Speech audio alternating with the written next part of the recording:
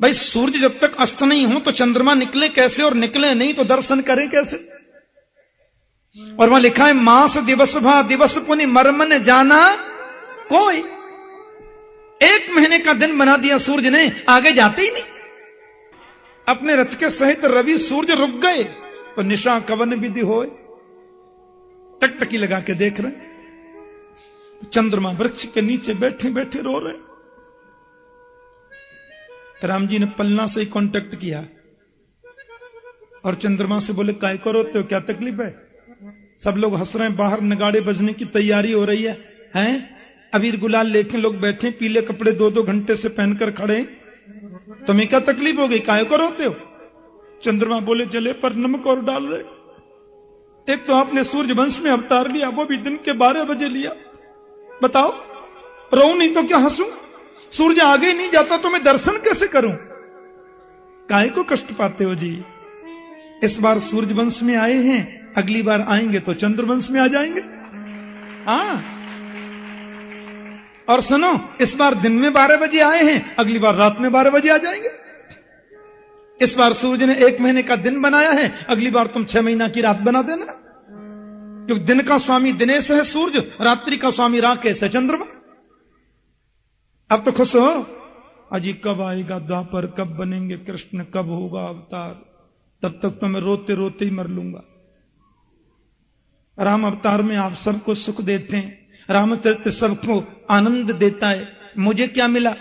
भगवान ने कहा सुनो, राम अवतार में तो जो मेरा नाम लेगा ना जी, मेरे नाम के साथ में तुम्हारा नाम जरूर लेगा।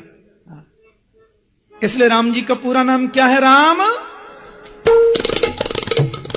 पहले ही नाम कर दिया, ये बताओ नहीं तो।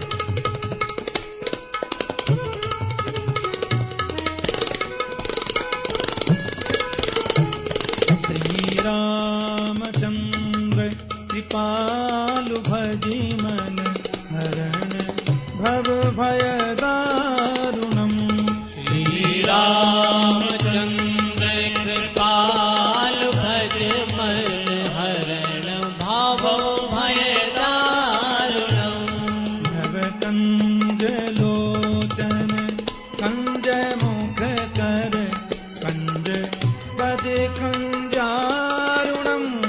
श्री रामचंद्र कृपाल भज मन हरण भाव भय दारुणम। कंदर्प गणित अमित छवि नवनील नीरज सुंदरम। पद पीतमानहु तरित रुचि सुदिनों में जनक सुतावरम। श्री रामचंद्र कृपाल भज मन हरण भाव भय दारुणम। भजु दीन बंधु दिनेश दान दैत्य वंश निकंदनम। भजु दीन बंधु दिनेश दान दैत्य वंश निकंदनम। रघुनंदन आनंद कंद कौशल चंद्र दशरथ नंदनम। शिर मुकुट कुंडल तिलक चारु उदार रंग विभूषणम। शिर मुकुट कुंडल तिलक चारु उदार रंग विभूषणम। आजान भुज सरचाप धर संग्राम जित खरदूषणम। श्री रामचंद्र कृपाल भज मन हरण भव भय दारुणम। इति वदति तुलसी दास शंकर शेष मुनि मनरंजनम। इस भदति तुलसीदास शंकर शेष मुनि मनरंजनो। मम हृदय खंड निवास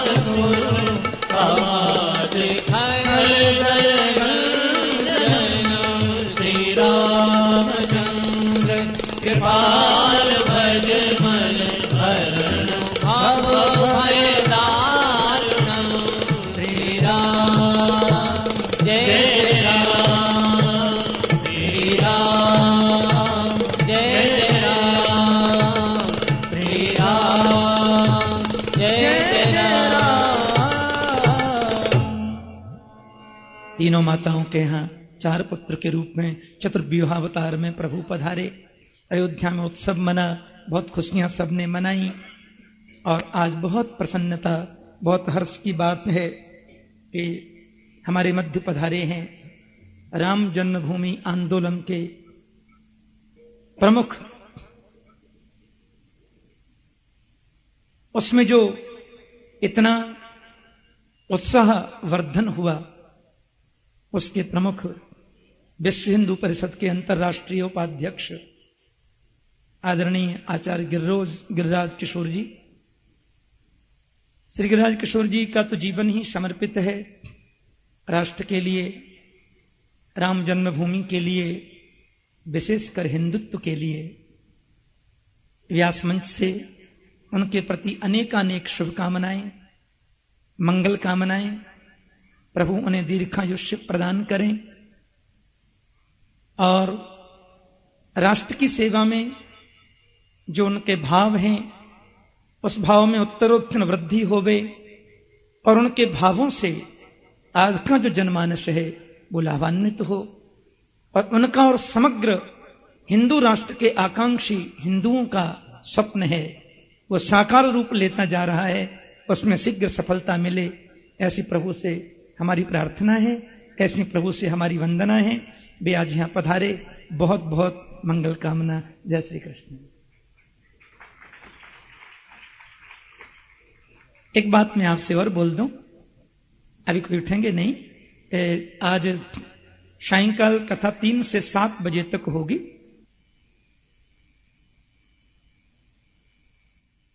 लाल कृष्ण लाल की जय। श्रीमद्भागवत महापुराण की जय। श्री श्री कात्यायनी माता की जय। सद्गुरुदेव महाराज की जय। राजा रामचंद्र भगवान की जय। जय जय श्री राधे। द्वारिकाधीश की परम मंगलमय परात्पर अखिलेश्वर अकारण करुणा वरुणालय भक्त वांछा कल्पतरु तड़िद्युति विनिंदक पीतांबरधारी श्री बालकृष्ण लाल की वांग्मयी प्रतिमूर्ति श्रीमद् भागवत महापुराण। प्यारे प्रभु प्रेमियों, मां के चरणों में बैठकर पूज्य स्वामी श्री विद्यानंद जी महाराज के सानिध्य में पधारे हुए संत जनों की पवित्र सन्निधि में भगवान शुकदेव के मुखारविंद से निश्रित भागवत कथामृत का हम लोग पान कर रहे हैं।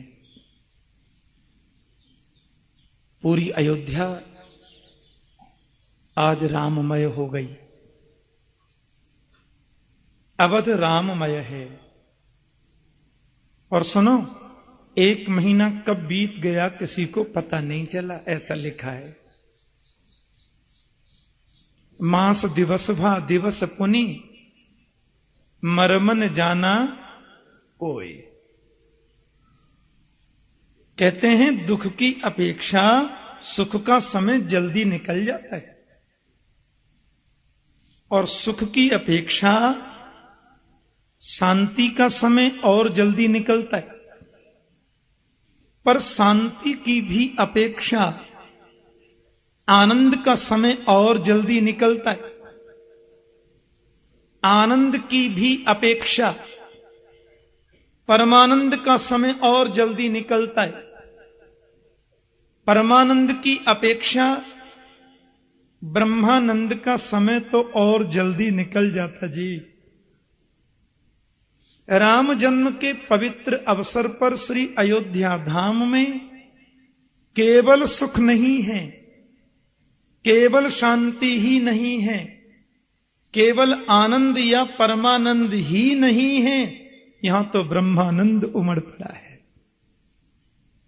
कहते हैं दशरथ पुत्र जन्म सुनि काना, मानहु ब्रह्मानंद समाना। अजी ब्रह्मानंद उमड़ पड़ा है मेरे रघुवर के पवित्र जन्मोत्सव के अवसर पर। हमारे हृदय की अवध में तो राम का प्राकट्य होना ही चाहिए, तो ही जीवन खुशहाल हो पाएगा। योगियों के हृदय में तो वे रमण करते ही हैं, रमन्ते योगिनोस्मिन्निति राम। योगियों के हृदय में जो रमण करे वो राम है जी।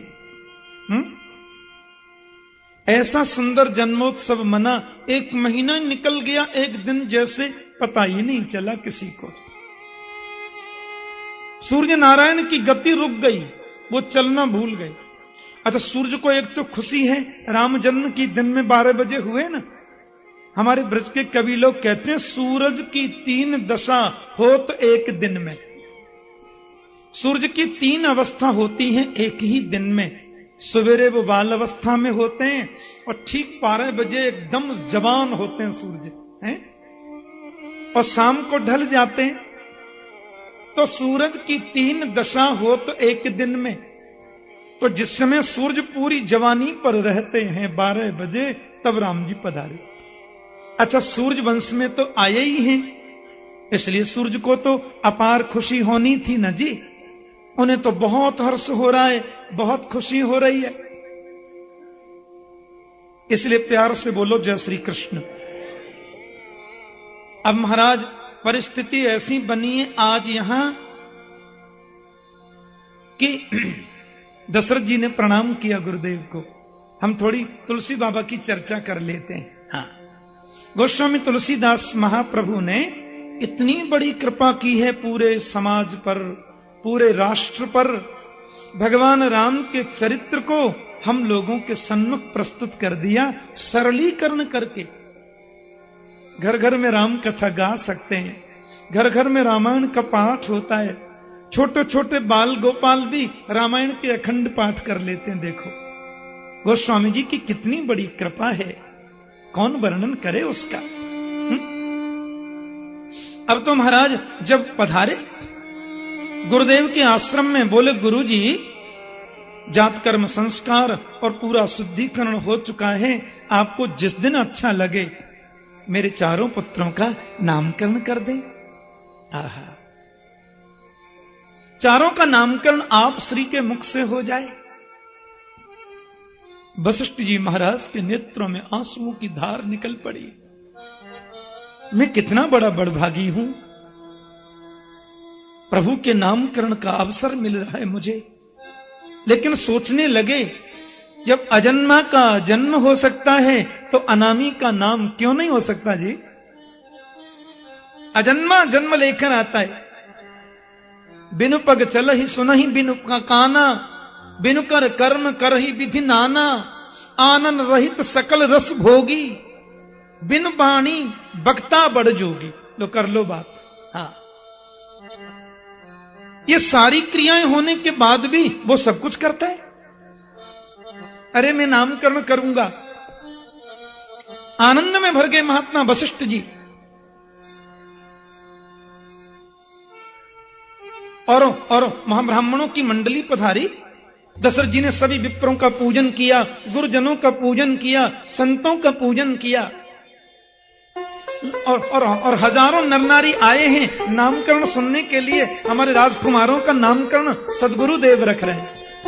गोस्वामी जी ने कुछ पंक्ति कही है, मेरे संग गाइए, फिर संक्षिप्त राम कथा सुना देंगे। जो आनंद सिंधु सुख राशि, जो आनंद चौपाई तो सब गा सकते हैं। राशि, जो आनंद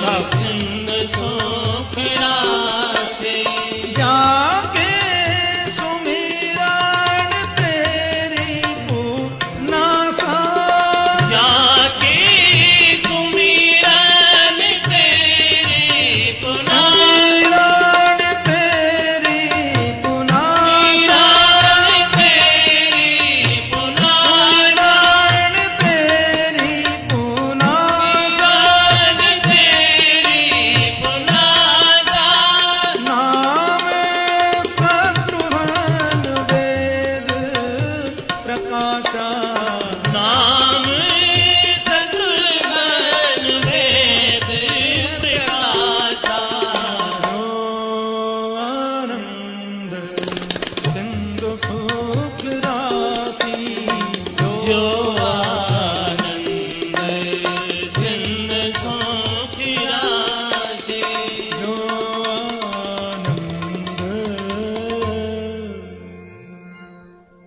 आनंद का जो सिंधु है,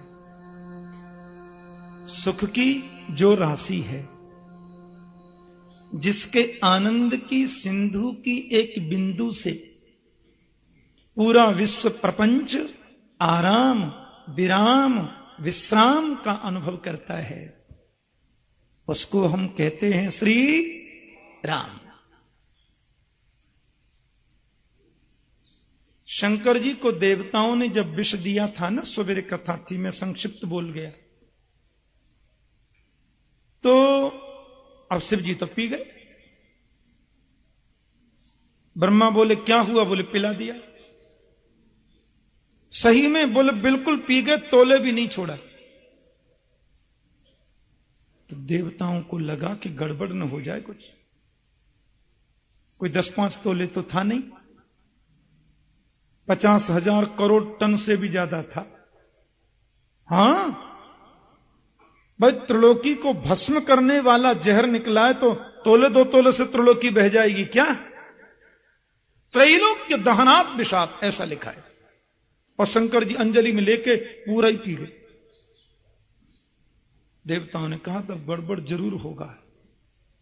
आए तो देखा तो भोले बाबा आंख बंद करके बैठे। देवताओं ने पूछा बाबा आपको कोई कष्ट? बोले कोई नहीं। अरे महाराज जहर पी गए आप तो? बोले हां, ऊपर से मैंने विष पिया, अंदर मेरे राम बैठे थे, तो विष ऊपर से जब अंदर गया तो राम ने उस विष को ऐसे सहारा दिया, सो मुझे तो विश्राम मिल गया। बोलो जय श्री कृष्ण। पायो परम विश्राम। यदि विष को भी राम से जोड़ दिया जाए तो वो विश्राम देता है, विराम नहीं देता। बोलो जय श्री कृष्ण। जीवन का विश्राम मिलता है। राम 3 हुए इस राष्ट्र में। एक हैं दशरथ नंदन कौशल किशोर मेरे श्री राम। राम जैसा करुणाशील कौन होगा? कभी कभी राजपुरुषों से थोड़ी भूल हो जाती है।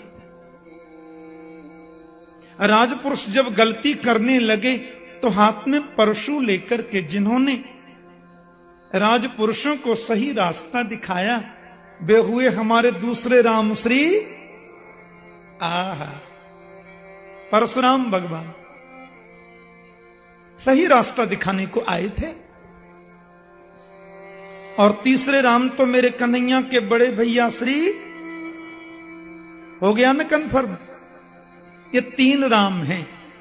मैंने कल कहा था कि 3 ही भरत हुए हैं इस राष्ट्र में। अब 3 राम हैं और 3 भरत हैं। विष्णु ही तो भरत के रूप में हैं। पालन करने का दायित्व जिनके हाथ में वो भरत हैं। विश्व भरण पोषण कर जोई। और देखो जाके सुमिरन ते रिपु नासा, जिसके सुमिरन से शत्रु नष्ट हो जाए उसको शत्रुघ्न बोलते हैं। किसी ने पूछा था राम का नाम शत्रुघ्न होता तो चलता, लक्ष्मण का नाम शत्रुघ्न होता तो चलता, लेकिन आपने चौथे भैया का नाम शत्रुघ्न रखा, जो शत्रुघ्न कभी लड़ता ही नहीं। रामायण में शत्रुघ्न जी का प्रणाम तो आपको मिलेगा पर निवेदन नहीं मिलेगा। शत्रुघ्न तो कभी बोलता ही नहीं, ये मौन पात्र है। भरत भैया जो बोलेंगे वही बस कन्फर्म है, अपनी तरफ से कुछ करना ही नहीं इनको। अब शत्रुघ्न जी जो आदमी कभी बोलता ही नहीं, वैसे अन्य शास्त्रों में एक आध जगह कहीं शत्रुघ्न जी, जैसे हमारी मथुरा नगरी जो है मधुपुरी, इसको शत्रुघ्न जी ने तो बसाया था। मथुरा जो है शत्रुघ्न जी ने तो बसाई थी। बड़ा भारी युद्ध हुआ वो एक अलग बात है, लेकिन रामायण का जहां तक प्रश्न है तो शत्रुघ्न तो कभी लड़ते ही नहीं, वो तो बड़े शांत स्वभाव के हैं। अब उनका नाम आपने शत्रुघ्न रख दिया। राम का नाम शत्रुघ्न क्यों नहीं रखा? राम जी ने ताड़का मारी हैं, मारी सुबाहु का कल्याण किया। लक्ष्मण जी ने देखो हैं नाक कान अलग किए उसके मौसी जी के, और क्या बोलते हैं, लक्ष्मण जी ने कामदेव का रूप मार दिया। काम माना जाता है मेघनाथ, उसको लक्ष्मण जी नहीं मारा। अरे उनका नाम शत्रुघ्न होता तो बात भी थी। तो कहते हैं देखो, बाहर के शत्रुओं को जो मारे वो शत्रुघ्न नहीं है भैया, सच्चा शत्रुघ्न तो वो है जो अंदर के शत्रु को मारे। जब ताड़िका क्रोध कर आई, ताड़िका क्रोध का प्रतीक है, उसको राम जी ने मार दिया। क्रोध बाहर का शत्रु है। आदमी क्रोध करता है तो चेहरे का आकृति बदल जाती है, आंखों की भंगिमा बदल जाती है, नाक फड़कने लग जाती है, और जो डायबिटिक होते हैं वो लोग तो थरथर कांपने लग जाते हैं। हाँ, जो डायबिटिक पेशेंट होते हैं उनको जब क्रोध आता है ना तो खिड़की के कांच तोड़ते हैं, कप प्लेट तोड़ते हैं, कुर्सी इधर से उधर फेंकते हैं। ज्यादा तोड़ने की तो ताकत नहीं है। बोलो जय श्री कृष्ण। तो क्रोध भी बाहर दिखाई देता है? व्यक्ति जब कामाशक्त होता है तो भी उसकी मुखाकृति बदल जाती है। कामुक आदमी की भाव भंगिमाएं भी दूसरी होती हैं। पर शत्रुघ्न जी जो हैं, इनको शत्रुघ्न क्यों कहा? बोले शत्रुघ्न इसलिए शत्रुघ्न है कि लक्ष्मण जी ने मेघनाथ मारा, बाहर का शत्रु है, काम को मारा। राम जी ने ताड़का आदि मारे, क्रोध हैं, ये भी बाहर के शत्रु हैं। पर शत्रुघ्न जी का नाम शत्रुघ्न इसलिए है कि उन्होंने अंदर का शत्रु लोभ मारा। ये मंथरा की कमर को सीधा तो शत्रुघ्न जी ने किया था, और मंथरा तो लोभ का प्रतीक मानी जाती है। तो सच्चा शत्रुघ्न कौन है? जो अंदर के लोभ को मारे। ये बड़ा खतरनाक शत्रु है। बिल्कुल सही बात है। जिम प्रति लाभ लोभ अधिकाई, ज्यों ज्यों लाभ बढ़ता है त्यों त्यों लोभ बढ़ता जाता है। लाभे न वर्धते लोभ, लाभ से लोभ बढ़ता जी। और शत्रुघ्न जी ने तो उस लोभ का विनाश किया, इसलिए वो शत्रुघ्न माने जाते हैं। और ये बढ़ता कभी घटता नहीं है। वो नारद जी जा रहे थे, रास्ते में तो कोई आदमी बैठा था, भिखारी, भीख मांग रहा था। संत नारद तो बड़े करुणाशील हैं। उससे बोले क्यों, कितने दिन से बैठते हो यहां? बोले 40 वर्ष हो गए साहब। रोज भीख मांगते हो? बोले हां जी।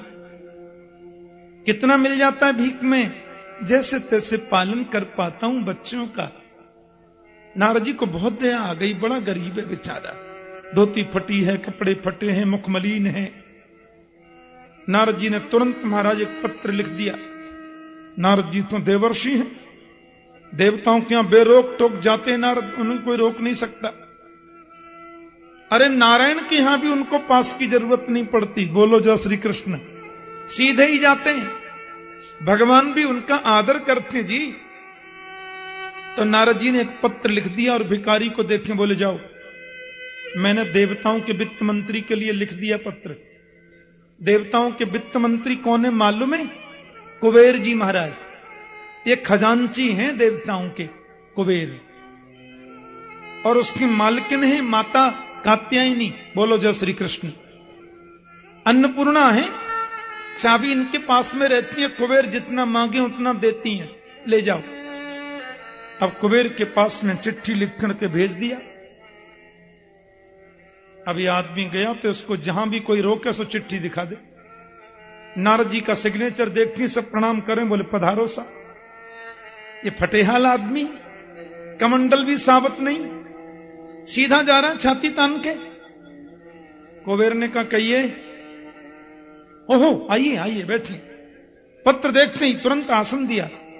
कहिए। बोले पढ़ लीजिए, कहना क्या है। कुबेर ने पत्र लिखा तो नारद जी ने लिखा था इस आदमी को भेज रहा हूं, इसके कमंडल में हीरे जवाहरात इतने भर दो कि इसको 2-4 जन्मों तक काम आवे। 1 इंच भी कमंडल में जगह खाली नहीं हो, महंगे से महंगा हीरा भर दो पूरा। ठीक है। कुबेर ने भंडार खोल दिया। लो भैया, माता जी से आज्ञा ले ली। मां ने कहा ठीक है। नारद जी ने कहा तो कौन मना करे। अब तुम्हारा कमंडल उसने खोल दिया और भर भर करके हीरे उसमें डालते जाते हैं, डालते जाते हैं, डालते जाते हैं। 15 दिन हो गए, नॉन स्टॉप चल रहा है। जैसे अखंड रामायण पाठ होता है ना, ऐसे अखंड चल रहा है, पर कमंडल भरता ही नहीं। नारद जी ने देखा उस जगह पे जाके, बोले आजकल इधर नहीं बैठता, पूरा भर गया होगा कमंडल। फिर नारद ने सोचा देखो तो सही, वो आदमी आजकल बंगला वंगला बनाकर रहता कहां है। आंख बंद करके देखा तो पता चला वो तो कुबेर के यहां बैठा और कमंडल भरा जा रहा है। नारद जी बोले 15 दिन हो गए, कमंडल नहीं भरा। अलकापुरी आ गए, कुबेर की नगरी। जैसे प्रवेश किया तो महामंत्री मिल गए। कहिए। बोले महाराज भेजा करो तो सोच तो लिया करो किसको भेज रहे हैं। पसीने पसीने हो गए लोग, भंडार खाली हो रहे हैं, कमंडल भरता ही नहीं। नारद जी की चिंता बढ़ी, अंदर गए। कुबेर महाराज पसीना पहुंच रहे थे। नारद जी बोले क्या हुआ। बोले 15 भंडार खाली, 16वां खुलने वाला है। और कमंडल नहीं भरता। बोले भरता ही नहीं महाराज, पैंदे में नहीं आया अभी। बोलो जय श्री कृष्ण। हाँ। अब तो नारद जी को चिंता बढ़ी। उससे पूछा क्यों, क्या है तेरे कमंडल में जो भरता नहीं, मेरी बात खराब हो गई। वो बोला मेरे को क्या मालूम साहब, आपने बोला भरना, मैंने कहा खाली तो ले नहीं जाऊंगा, भर दो पूरा।